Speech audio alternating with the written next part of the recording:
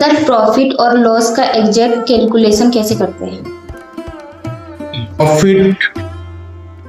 और लॉस का जो कैलकुलेशन होता है, जैसे छोटे छोटे जो बिजनेसमैन है ना, उसके लिए तो हम जो भी हमारा एक्सपेंसेस है ना, और जो हमारा इनकम, जैसे जो हम खर्च किए हैं पैसा, है ना,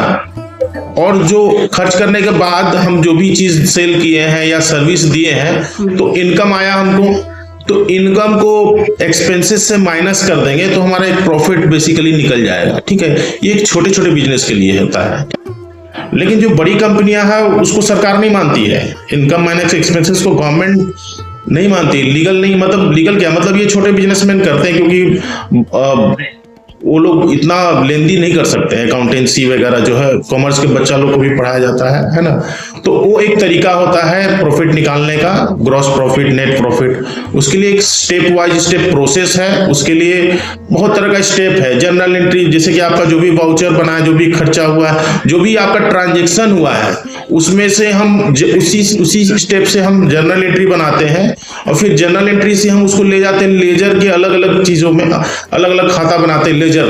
फिर उसके बाद उसी ट्रांजैक्शन को हम लोग ट्रायल बैलेंस में ले जाते हैं, और ट्रायल बैलेंस में ले जाने के बाद फिर उसको हम trading and profit and loss account में ले जाते हैं, है ना। तो वहां से हमको ट्रेडिंग अकाउंट से हमको ग्रॉस प्रॉफिट पता चलता है, और ग्रॉस प्रॉफिट के बाद जब हम बनाते हैं प्रॉफिट एंड लॉस अकाउंट, तो वहां से हमको नेट प्रॉफिट पता चलता है कि हमारे बिजनेस का, उसका हमारा जो है बैलेंस शीट बनता है।